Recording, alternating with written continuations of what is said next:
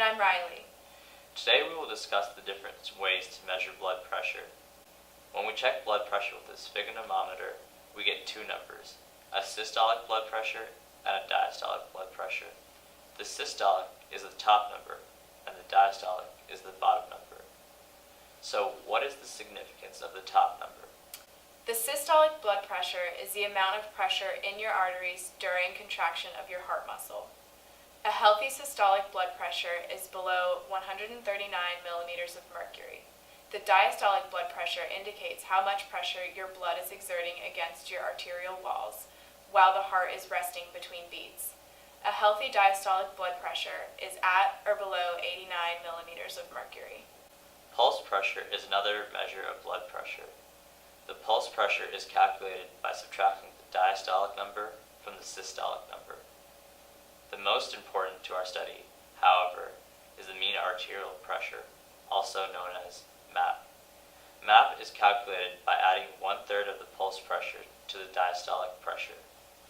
Blood pressure is influenced by many things, including cardiac output, total peripheral resistance, and arterial stiffness, and it varies depending on the patient's situation, emotional state, activity, relative health, and disease status.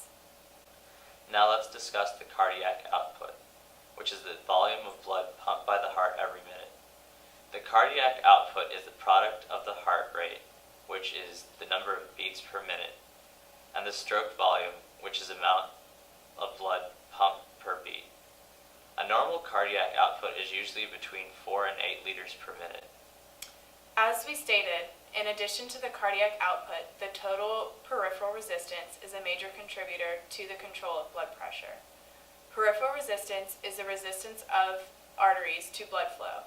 As the arteries constrict, the resistance increases, and as the arteries dilate, the resistance decreases. Peripheral resistance is determined by 3 factors: autonomic activity, pharmacologic agents, and blood viscosity. First, autonomic activity is the sympathetic activity that constricts peripheral arteries mediated by epinephrine, norepinephrine. Second, pharmacologic agents. There are 2 types of pharmaceuticals that control blood pressure: vasoconstrictor drugs like amphetamine, caffeine, and cocaine that increase resistance, and vasodilator drugs like hydralazine and lisinopril that decrease the resistance. Finally, blood viscosity is a determining factor affecting peripheral resistance. Blood viscosity is a measurement of thickness and stickiness of an individual's blood. As blood viscosity increases, the peripheral resistance increases. Blood viscosity is also correlated with all known risk factors for cardiovascular disease. So let's review what we've gone over.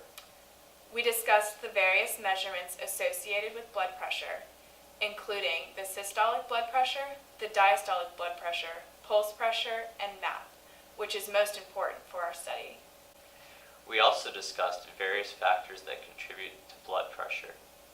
These include cardiac output, the volume of blood pumped per minute, and peripheral resistance, which is controlled by autonomic activity, pharmacologic agents, and blood viscosity.